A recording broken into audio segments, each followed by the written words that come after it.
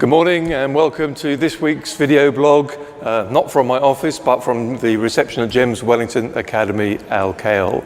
And today it's the International Day of Tolerance, and coincidentally it's also the end of our anti-bullying week which we've been running in school. So I want to talk about internationalism, I want to talk about tolerance, and I want to talk a little bit about bullying as well. And many of those things fit together quite well, I think. So at the start of this video, you'll have seen many of the flags that we have in school representing the 80+ nationalities we have in the school. And one of the reasons that people like me and other staff want to work in schools like this is because of the international element to it. And even if you just look at our front of house staff and our admin staff, we have lots of nationalities represented. So Stephanie, who's hiding down here, who doesn't want to be in my video, is from England.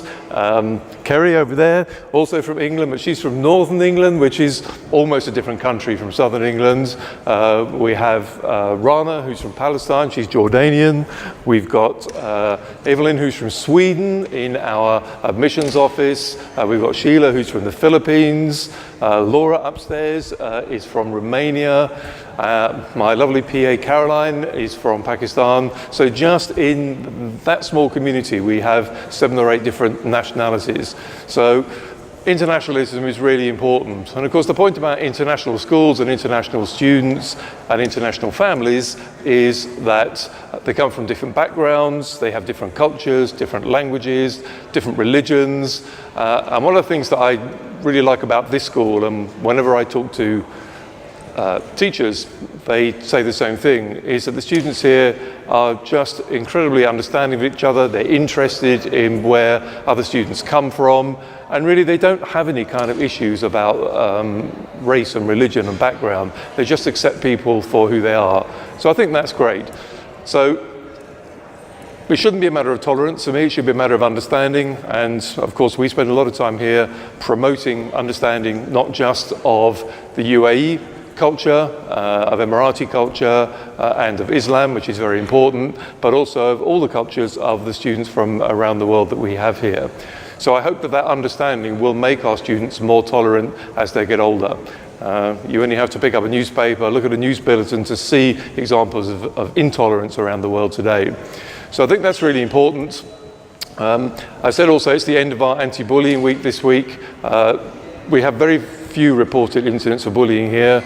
I'd love to be able to stand here and say we never have any bullying in this school, but no principal can stand up and say that because these things do happen.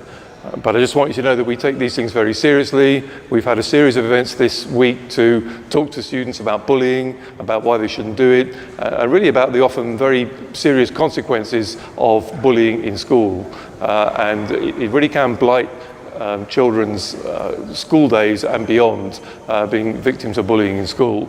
So I hope that those messages are also getting home to you about bullying and about our stance on bullying. The most important thing about bullying, the thing we tell students over and over again, is that if you're being bullied, please make sure you tell someone. We can't deal with it unless we know about it. One of the things I would like to say about bullying is that I'm afraid the nature of bullying has changed over the years. Bullying used to be things that happened in the playground. It was mostly very obvious.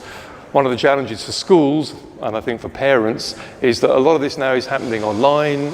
It's happening away from school, and that makes it really difficult. And it may be that if you're watching this as a parent that you feel that you don't really know what your children are doing online, or you don't understand what's happening online, you don't understand the various social media platforms that your children are using. And if that's the case and you want to find out more about it, please let us know. You'll know that we sent out on D6 this week invitations, questionnaires to say what is it you'd like us to give you more information on, and if you'd like more information on how to monitor what your children are doing online, please let us know and we will put on a parental engagement session to tell you a bit more about it. I just want to be clear, as a parent, you are entitled to know what your children are doing online. Don't let children tell you that, it's their private business, it's none of your business. It really is your business, and you need to be confident that your children are using online platforms well.